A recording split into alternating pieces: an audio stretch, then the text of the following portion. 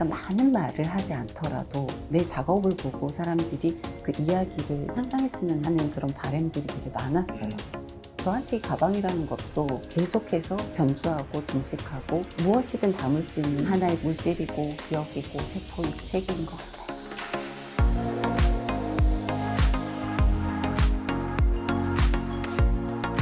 진동하는 가방세포 작가 차민영입니다.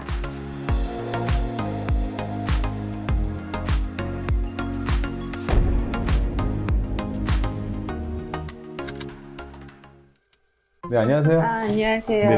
네네. 네, 오랜만에 뵙습니다. 네, 오랜만에 뵙습니다. 아, 작업실 이제 옮기신 거잖아요. 네, 얼마나 되셨죠, 여기? 오늘부로 딱 27일차 됐어요. 네. 그러니까 얼마 전에 인스타를 보니까 네. 힘들게 만드신 것 같은데. 네, 앵글도 제가 직접 짜고 수도가 안 나오는 것도 또 끌어다 쓰고 이렇게 하면서 시간이 좀 많이 걸렸어요. 아, 네. 그리고 아무래도 또 일반적인 작업하신 분이 아니니까 네. 공간을 좀 한번 보면서 예, 좀 예. 하면 좋을 것 같은데. 예, 예. 네. 여기는 이제 작업을 만들어서 인스톨 해보고 전선 작업이라든지 그런 걸 테스트 해보는 공간이고요. 여기 안쪽 공간은 그 목공 공간이에요. 거의 목공소 같은 느낌? 예, 예, 거의 목공소 기자재들이 대부분 있고요. 제가 그 가방 작업 안에 있는 구조물은 대부분 나무 조립식으로 제작을 해서 그 안에 구조체를 작업하는 공간. 아예 이런 공간을 이렇게 준비를 해놓고 예, 분리를 예. 해가지고 이제 좀 작업. 예, 왜냐면 이게 나무 분진이 일어나기 때문에 이렇게 그렇구나. 문을 이렇게 좀 차단을 해놓고 네네네. 여기서는 나무 작업만 대부분 하고 제 작업이 뭐 단순하게 하나의 재료로만 이루어지는 게 아니라 뭐 목공 작업도 있고 스틸 작업도 있고 보시다시피 안쪽에 이런 작은 디오라마 공간도 있어요. 그래서 그걸 미니어처로 다 제작을 하는데 그것을 만드는 공간은 또 이 안쪽 예, 여기서는 대부분 작은 작업 위주로 도색도 하고 그렇죠, 조립도 그렇죠. 하고 예전에는 이 부스가 따로 없었어요. 네네네. 그런데 이제 워낙 호흡할 때도 좋지 않고 해서 제가 직접 제작을 했어요. 이 시로코펜을 달아서 이렇게 아예 예. 빠지게. 예. 야, 사실 이거 우리 보면 이제 프라모델 만드는 친구들 예. 이게 맞아요. 거의 진짜 꿈의 방.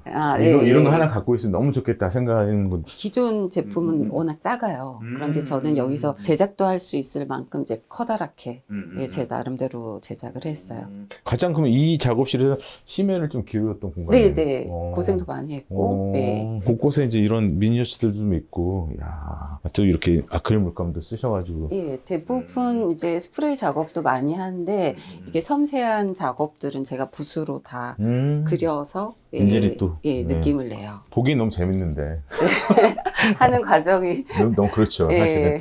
그럼 요즘에는 어떤 작업을 좀 하고 계시는 거예요? 이제 여기 이 공간에 있는 요 작업이 최근 시리즈인데요. 요즘 시리즈. 예, 최근에 한 개인전이 이제 표갤러리에서 했던 진동하는 가방세포라는 전시인데 거기에 있는 이제 시리즈가 이게 탐사선 시리즈예요. 탐사선? 예, 가방 탐사선. 안에는 그러니까 우주 탐사선 예, 같이. 예, 이게 나름의 설정이 있어요. 그 원래 제 가방 작업의 출발점은 도시의 장소성인데 그것을 이제 확장을 시킨 거예요. 그러니까 행성적 차원으로 확장시킨 게 이번에 이제 가방세포 시리즈인데 이 탐사선 시리즈는 먼 미래의 인류가 이제 지구에서 더 이상 살 수 없는 그 즈음에 지구에 대한 향수를 품고 우주를 이렇게 유영하고 표류하는 상황인 거예요. 그래서 어디가 내가 이렇게 정착해서 살 수 있는 곳인가 그 행성을 이렇게 근접 비행을 하면서 돌아다니는 먼 미래의 인류에 대해서 작업한 것이 이제 이 행성 탐사선 시리즈예요. 시리즈? 예,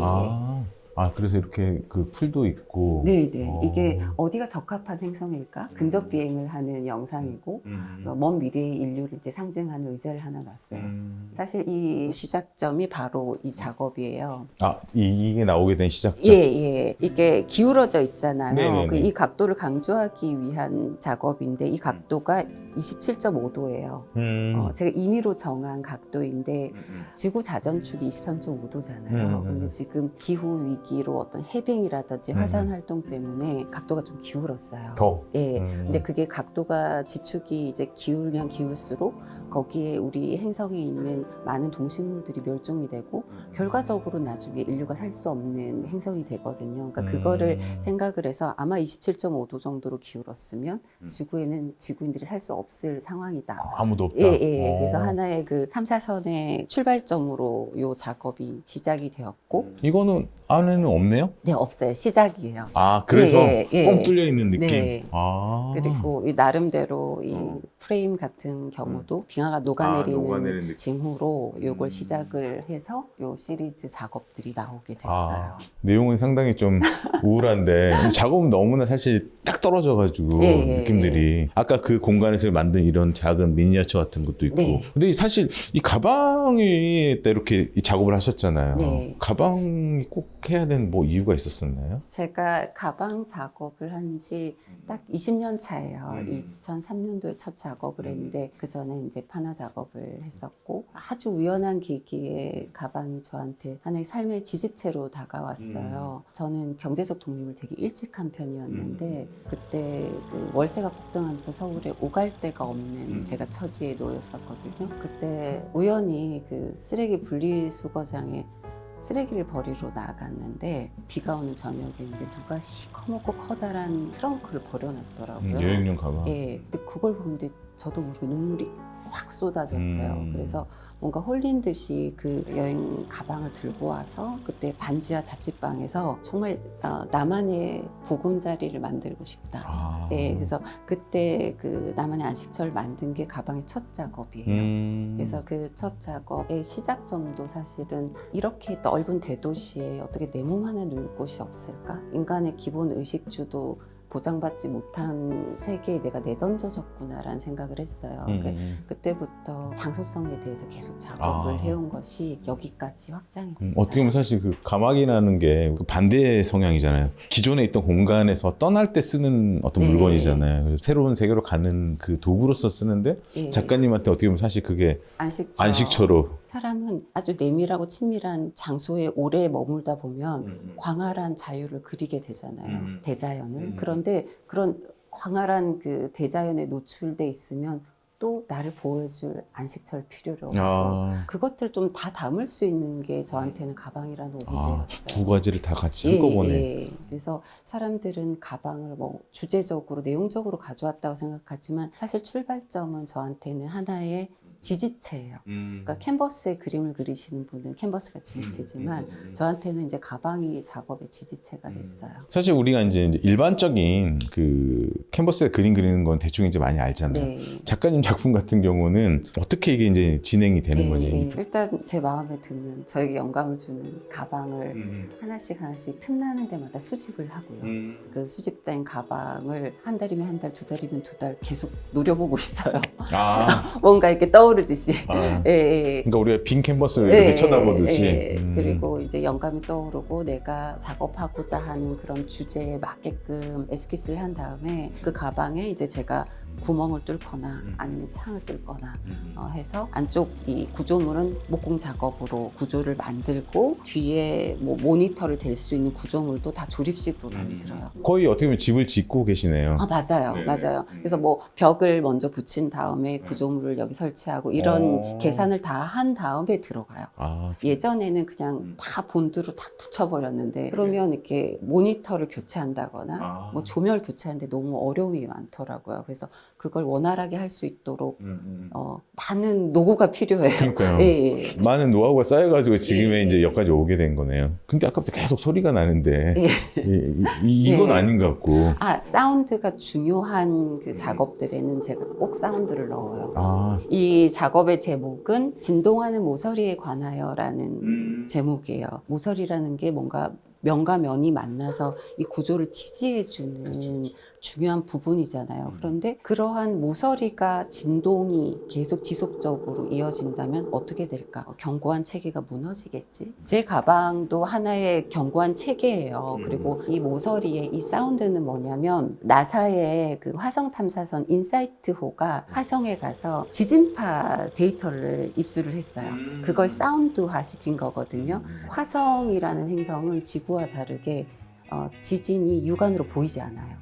지각판이 없어서 지각판 자체가 없기 때문에 그 안에서 계속 지진이 일어나도 체감할 수 없어요. 분명히 존재하고 일어나고 있지만 되게 미미한 데이터로만 우리가 입수할 수 있잖아요. 근데 저는 그 데이터 사운드를 시각적인 조명과 연결을 시킨 거예요. 그래서 이 사운드와 이 LED 조명이 연동을 해요. 우리가 느끼는 이 깜빡이는 조도의 그 움직임이 굉장히 미미하잖아요. 그 크기도 굉장히 작고 우리가 너무 일상적으로 보는 공간에 일어나고 있는 일이잖아요. 그것처럼 기후 위기라든지 기술의 가속화라든지 그런 위험 신호를 계속 보내는데 그것을 내가 정말 실감하고 있나 체감하고 있나? 사실 그렇지 않다고 생각해요. 내가 체감하기에는 너무나 희미하지만 결과적으로는 그것이 붕괴될 거다. 우리가 기존에 가지고 있던 인간의 체계가 결과적으로는 붕괴되지 않을까. 그거에 대한 어떤 징후를 표현하고 싶었던 상당히 거예요. 메시지가 있는 작업이네요. 예. 네. 그러면 이제 그 우주 시리즈 그 전에는 어떤 시리즈를? 도시의 장소성에 좀 정착했던 작업 시리즈를 쭉 진행을 해왔어요. 그래서 저쪽 편에 사진 작업도 있고 이런 사진? 예. 이때 이 시리즈가 토포필리아 시리즈인데요. 토포필리아가 장소학자들이 현상학적 용어예요. 인간이 자신의 환경에 대해서 가지는 장소 애착 그리고 무조건적인 애호 이런 뜻이에요. 그래서 그런 정서들을 어떻게 담아내고 사유하는가에 대한 질문을 던지는 작업 시리즈였는데 자세히 보시면 이게 제가 뉴욕, 도쿄, 강남의 야경을 무작위적으로 찍어서 무작위적으로 포토샵으로 편집을 했어요. 그랬더니 아주 균일한 그냥 한 도시의 야경처럼 보이는 거예요. 오늘날의 대도시 메가시티들의 모습이 천편일률적이잖아요. 그러니까 그런 모습들을 이렇게 담은 작품이 바로 토포필리아 시리즈 중에 하나고요. 이 작업 전에 그 토포필리아 시리즈 처음에 했던 작품이 구룡마을 작업이에요. 구룡마을에 제가 직접 가서 거주민들 허락을 받고 사진을 찍고 인터뷰를 했어요.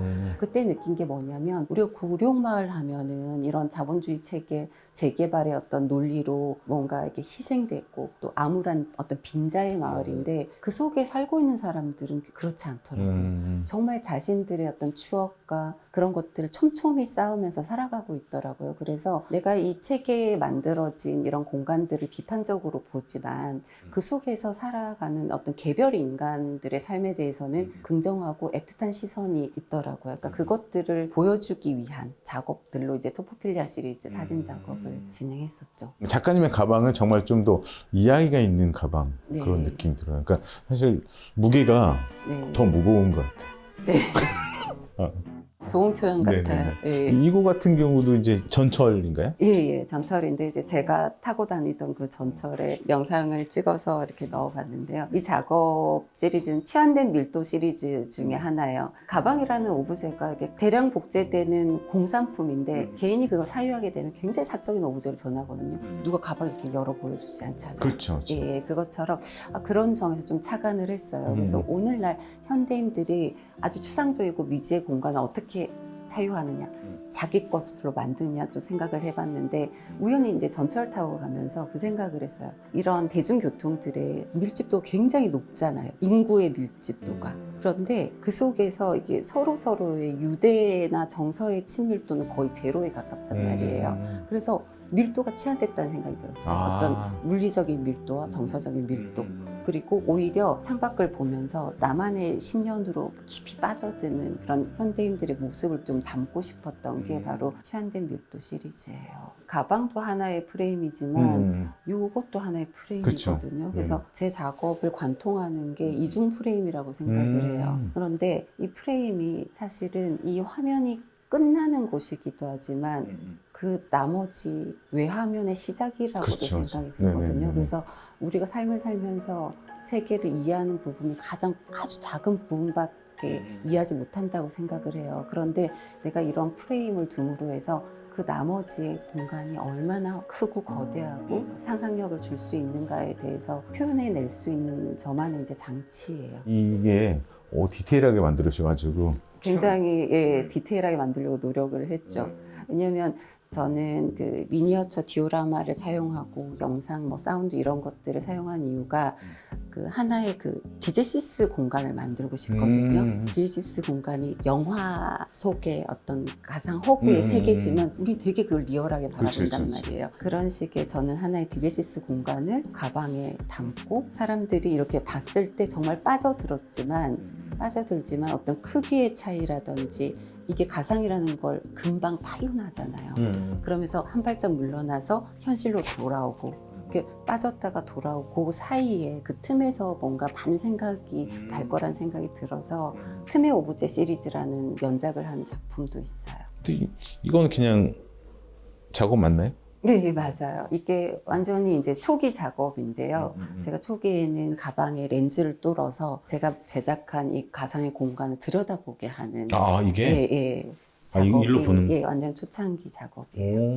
그럼 안에 이게 다 구조물이 디오라마로 만든 거예요. 영상이 아니라는 거죠? 아니에요, 영상이 아니에요. 다 수작업으로 만든. 아니 이렇게 힘들게 만든 걸 좀 보여주면 우리가 보통 그러잖아요. 네, 그 네. 레고 시리즈 같은 것도 힘들게 만든 거 옆에 이렇게 좀 뚫어놓잖아요. 네, 네. 뭔가 이렇게 만들어놨다. 네, 네. 근데 이거 다 이렇게 다 마감한 건 이게 더 극대화시키려고. 이 작업을 시작할 쯤에 제가 어떤 고민을 했었냐면 미술관과 갤러리에 작품들이 막 걸려져 있는데 관람객들이 너무 그냥 스쳐 지나가는 거예요. 보지도 않고. 그래서 뭔가 관객들의 시선을 딱 잡아챌 수 있는 도구가 필요하겠다, 장치가 필요하겠다라고 생각을 고민하던 중에 이 렌즈라는 장치가 또 어떤 의미가 저한테 있었냐면 결과물들은 너무나 화려한데 내가 그 만드는 과정이라든지 그 시작점 같은 경우는 너무나 힘든 그런 과정들이 녹아 들어가 있는 거예요. 그래서 보여지는 것과 그 이면에 대한 이야기들을 함께 담고 싶어서 했던 게